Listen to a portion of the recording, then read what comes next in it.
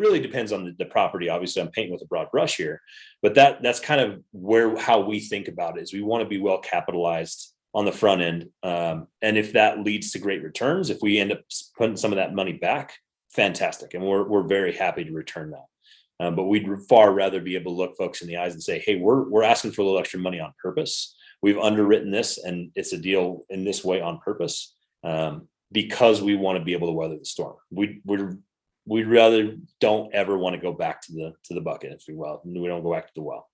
Welcome to the How to Scale Commercial Real Estate Show. Whether you are an active or passive investor, we'll teach you how to scale your real estate investing business into something big. Ben Nelson has produced multiple world record-setting and breaking events and productions, and he's used that detailed planning style in his asset management and planning. He's now a multifamily syndicator as part of Wild Oak Capital. Ben, welcome to the show. Thanks for having me, Sam. Excited to be here. Hey, man, the pleasure's mine. I know I met you just a little over, a month and a half ago at a conference, which was a blast getting to know you at that conference. But for our listeners that don't know you, in 90 seconds or less, can you tell me, where did you start? Where are you now? And how did you get there? Sure. Actually, I give most of the credit to my younger brother, Eric. He's been playing the real estate game for a long time. My dad had dabbled a little bit in small multifamily and some rentals back in the day, but Eric really kind of lifted it up. And he's been bugging me for a long time. I come from, like you mentioned, from large action sports and producing large, difficult projects. And he kind of been putting the bug in my ear for years and said, hey, a lot of what you're doing makes a bunch of sense. And then our friend COVID came along.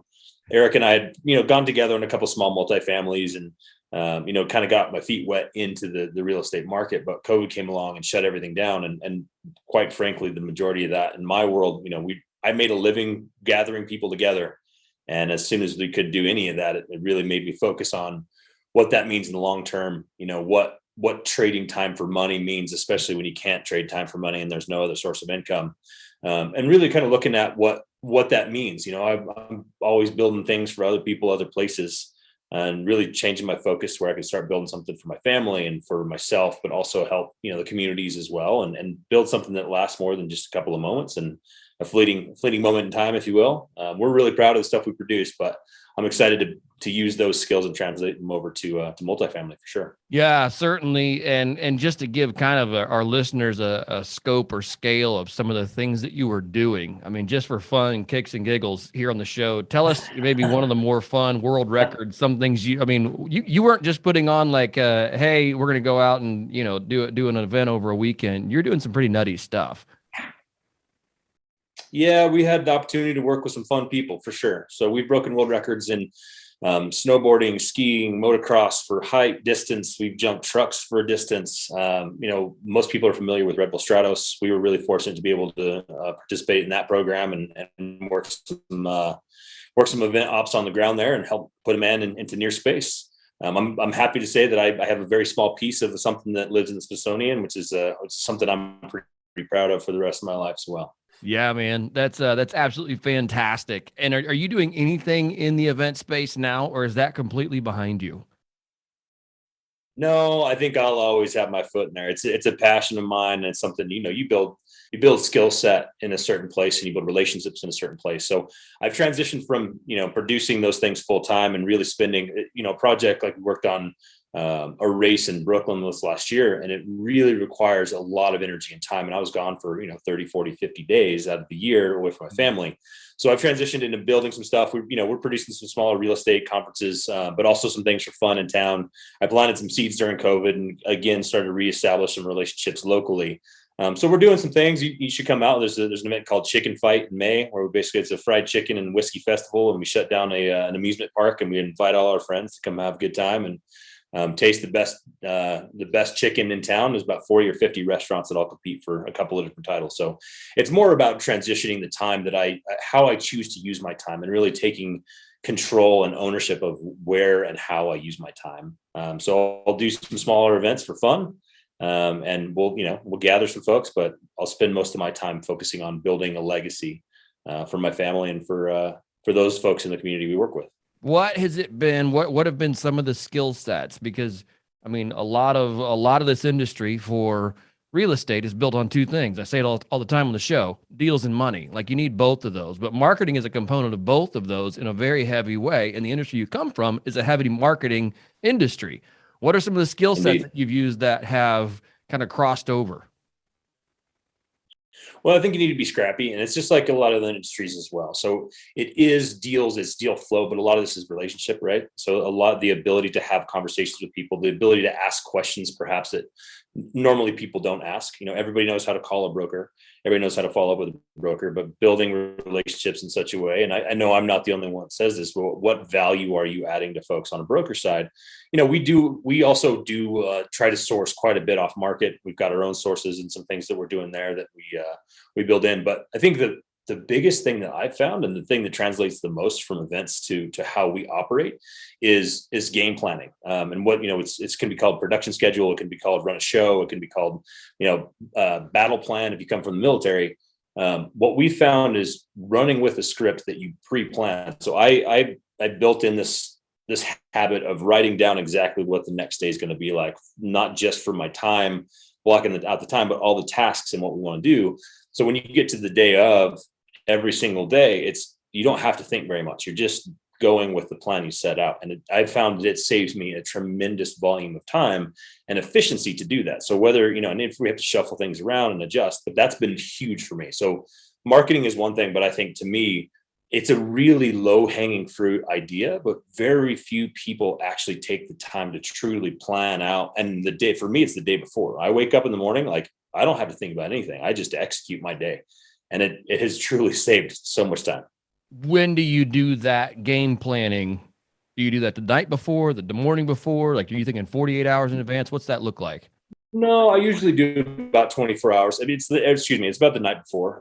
So as a part of the rhythm of my day, kind of closing down, there's a couple of different journaling tactics that I've kind of put into my life. I use the daily stoic. So Ryan Holiday has a thing, if you're familiar with any type of that stoicism, but it's just really is kind of more thought starters and thought enders. So the end of the day, it's kind of following his lead. There's an end of the day journaling, and then I'll just sit down and for 15 minutes go through my calendar and what's on the horizon for the next day and figure out, what's the plan? Where do I have time? What am I going to fit in? What are my top 3 priorities? What other things do I need to do? And then I have, like I said, I've got a game plan for the day, and I write it in pencil. I've become a pencil guy for sure. And it's the ability to adjust, but knowing that you can continuously walk through your day without having to remember or think about what's going on makes you super effective. Yeah, absolutely. I mean, that cuts down on the mental fatigue. And that is where I Yeah. think, so much of the time we lose countless hours in the day just from transitioning from one task to the next to the next. Do you time block particular 100%. items together? Do you time block? What's that process? Yeah. I mean, I think I'm like a lot of people in this space, right? Like I've got multiple projects and multiple realms going on. You mentioned events, and there's other projects I'm working on that we're trying to kind of cross over. So I do try to block those out, but it allows me to not have to shift back and forth. Like I'm going to work on this thing for 3 hours. And most of the people that work with me understand that, hey, I'll get back to you at 11 a.m. and from 11 to 3, I'm all yours. Right. But in the morning, I'm working on something else. And as long as you set those understanding barriers up with the folks you're working with too, and it can be difficult, like everybody wants everything from me all the time. Like we're in a give it to me as soon as you possibly can kind of space, and Right. as with the internet, everybody wants everything now. But it's up to you. I mean, that's something I've learned. I mean, people will react to you how you allow them to, and people will come to you and act as you act. And I think the most important thing there is it allows me to be respectful of other people's time. Like it cuts down on you running late from meeting to meeting. It cuts down from you having to constantly shuffle and like, oh, hey, can we reschedule this? Right. If you're thinking about it, the night before, and exactly what your day is, then you can send a note the night before. If all of a sudden you come across something, then you can be respectful of people's time and you're not reacting constantly. You can be proactive about what that is. There's a story that I tell sometimes. Is a guy that I met. He actually works. He was my wife's boss, and we were sitting with him for some reason. And he excused himself. He said, "I'm very sorry. I have to leave this meeting. There's somebody who's very important that I need to speak to." and made it in such a way that we thought it was like a president of a company or something like that. I came to find out later that day, it was a new hire. It's like one of the most junior people he was putting on his team. But the way that he thought about that and the way he prioritized that in his day, and he excused himself from a meeting saying, I'm very sorry, but I have a very important phone call that I have to take with a very important person, sets the tone. And like, he didn't tell us that. We found that out from somebody else. But the respect volume that I got from that one interaction and the way that I try to put that into my day is enormous. It's interesting that so commanding your own calendar the way you want it and saying, hey, look, I'm time blocking, I'm taking care of the things that I have to take care of now in its own right, really helps you value other people more. That's a 100%. Yeah, it's a really unique twist on that. And I like that, because then when you're on, you're on. And when you're off, you're off. And It's like, hey, I'm not here. I'm doing the things I've set out for me to do. And you probably are way more efficient that way as well. Well, you also set an understanding and a respect level for the people to show up prepared, right? Like, we don't take meetings unless there's an agenda. Like, it's just the way that it goes. Like, we will respect your time if you respect ours. I promise that I'm going to show up. I'm going to show up on time, and I'm going to show up prepared. And I expect the same of you. So it's just, again, it's a way that you treat people. It's the way that you put that out there. You go back to events.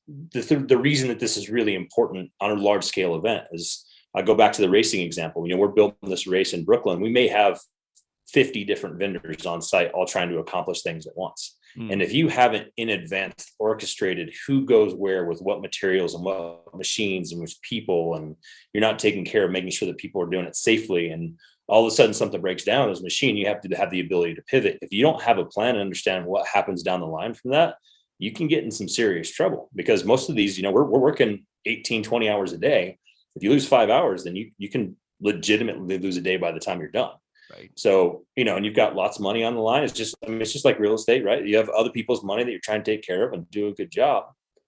So by planning efficiently, by thinking through the what ifs, by actually writing it down and sharing that with somebody else, you're not only holding yourself liable, but you're also putting it out there like, hey, this is what we're going to go about. So it works in asset management. It works in birthday parties. It works like all the way down the line, man. It just depends on what you're looking for and how deep you want to get into it and plan it. But it's been super important for me. It's been really helpful for me in how I operate business. What role have you taken inside of the multifamily real estate business? Mostly asset management. I mean, we're a small group. It's a team of 4. And I will say, team building has been the most influential part of my development as a leader also. The ability to give and to take. So we're fortunate in the sense that all of us have found 4 people. And again, the credit goes to my brother. He's really done the most work putting these folks together. But we have overlapping skill sets. We have the ability. So any one of us can underwrite, any one of us can do asset management. But we kind of have our lanes in that sense. So Eric and I focus primarily on, asset management and fundraising. Eric's kind of out front. He's got the podcast. We'd love to have you on the podcast, and really kind of that public facing side of it. John does a lot of the sourcing and deal sourcing, and Shane is smarter than any human I've ever met at math. Man, the guy can underwrite in his brain, and it's insane to me. I'm more words than the maths on my side. That's absolutely intriguing. Tell me about the formation of your team, and then I want to hear what assets you guys are buying right now. Sure. Yeah, like I said, Eric really was sort of the central wheel here. He knew some folks, like we're all participating in some masterminds. Eric's involved in some. Eric and I both utilize the same business coach also, which I would plug that also if anybody's thinking about it. There's tons of programs and everything else. I think to each his own, but I focus on a kind of a bi-weekly business coach. Through that, Eric and I met John, introduced that, and Eric had met Shane actually just through a meetup in Durango. Eric lives in Durango, Colorado, and Shane has a couple of properties there. And it was by chance they struck up a conversation and started talking, and we kind of made this Voltron, and those 3 together had met each other. And then I kind of came into the mix, especially at the end there, because it was right when we were finishing that big race. And like I said, I disappeared for about 30 days. They asked me to just sit and have a conversation with them. And it just seemed to work. Like I said, we have overlapping skill sets. We have overlapping personalities. So what's really, really nice though, is it allows people to have a life. It allows people to work on other projects. It allows people to pay attention to multiple things. and we consistently can keep pushing, right? Like, we went through a really dry spell, and to lead into your second question, it's really tough out there right now. There's a lot of money in the game, and there's a lot of people throwing good money after bad and underwriting deals in such a way that I honestly don't understand. And I think it could be a little bit dangerous, especially if, it's assuming that everything is going to keep on rolling the way it's going to roll. Right. And if there's a shift, I think there's some people going to be in the water. Right. So we're playing really firmly in the multifamily space, in kind of a B2C category. A lot of value add is what we're looking to produce. We've been heavily into Texas and Oklahoma. We've just been reaching out to some deals here in Colorado, looked at some in Louisiana, but Texas and Oklahoma has been kind of our bread and butter. There's a lot down there that we understand. We've developed some great relationships. We're not opposed to moving to other places. Again, Colorado, mostly because I'm here and I have the ability to develop relationships in person. Shane and John both live in Texas, and they've been able to do the same. But I think we have to be really smart about how the shift in the market is coming and what that actually means. And again, we're really conservative, and I know everybody says they're conservative, but I've seen some people's numbers and I think that we're actually conservative. But we really want to make sure that we're building this for the long term, and we're really focused on community. We sat down together as a team in Mexico. We just took a couple of days and disappeared and said, hey, we just need to spend some time together. And the one thing that I remember coming out of that meeting and the formation of what we're going to do this year is that we've decided people first. And we say it all the time internally. So it may be a great deal. We may be able to make some money on it. But if it doesn't help the community, if it doesn't raise that community up, if we're not providing a quality product, then we've said no to a bunch of things that probably could have made us money already this year. That just didn't make sense for us to help in that community at all. That's really, really intriguing. Absolutely fantastic. I love that. And I guess what are some strategic steps you guys are taking right now to prepare for a potential recession or change in the market, market winds? What does that look like? Yeah, I mean, it really depends on who you talk to, right? Like half of the multifamily group thinks it's going to be a rocket ship and never's going to land, and the other half is doom and gloom and everything's going to go wrong. I tend to swing somewhere in the middle there. So a lot of it is really just being smart about capitalization, our ability to fix things. And again, it goes back to that planning for the what ifs, right? When I look at some people's underwriting, there are sometimes very few what ifs. So it goes back to production planning, to battle planning. Our ability to pivot. We say, hey, we want to turn all of these units out to be X. And also we're going to add a dog park, and also we're going to add a playground, for example. But we also know that we have a margin in there that if we have to say, hey, we're going to hold on that dog park, but everybody's going to get units turned. Or we know that if we project rents, and if we get to a downturn, we have the ability to cover our ratios. We have the ability to still do some things. We ride into it we'll do gifts at Christmas. We want to do some community engagement things. So we add in a couple of these additional pieces, and we're really open about it with our investors. Like, hey, this is what we want to do. You can take a look, and we'll go through the PPM, like where all the money goes.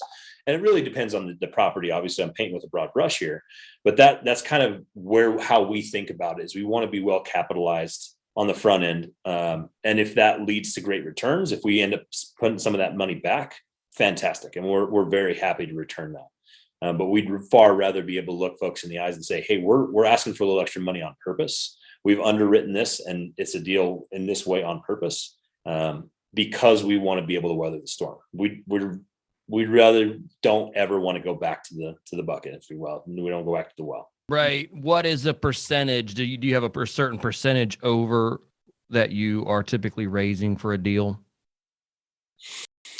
That's a tough thing because it really depends per deal and what that deal needs. We're mostly in the value add space, and I think it depends because it's a really volatile time right now too, right? Like the volume of dollars that it takes to build a tin shed 2 years ago versus the volume of dollars it takes to build a tin shed today are dramatically different. So we take a look at the prevailing winds. We take a look at what we're looking at for, for example, we're looking at a group of units up in the mountains, and for us to get labor up there, for us to do some of the turns up there is exponentially more expensive than it would be in, say, Lubbock, Texas. Right. So it's hard to put a percentage. I know that's kind of dodging the question, but it really depends on the market, and it really depends on the project. We look really heavily at our debt to income, or excuse me, our debt coverage ratio. And we want to make sure that we're in the green pretty strongly there, both from anticipated rents, but what we think we can do in the short term as well. Right. I love that. I love that. Ben, thanks for coming on today. This has been a blast. Last 3 questions here for you. What is one mistake you can help our listeners avoid, and how would you avoid it? Ask questions. Never be afraid to say, I don't know the answer to that, but I'll find out. The ability to be honest with people and the ability to go and find the answer and ask questions, building those relationships is the number one lesson that I've learned across all of the industries I've ever worked in. Right. I love that. Next question for you. What is one way you're making the world a better place? I'll just talking to you, man. Every day I get to see you, it makes my heart glow.